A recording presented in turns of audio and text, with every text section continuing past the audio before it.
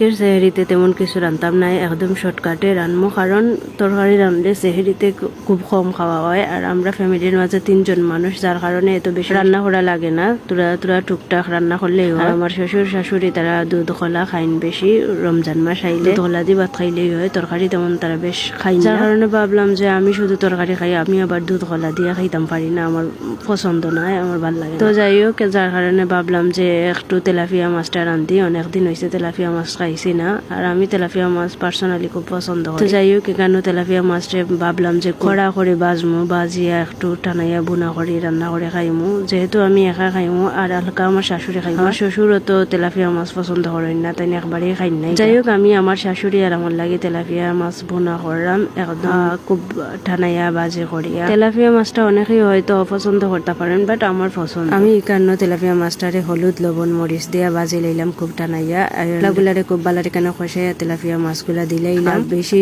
ঝুল দিতাম না, হালকা দিলাম, আর এখানে রেডি হয়ে গেল আমার তেলাপিয়া মাছের রান্না।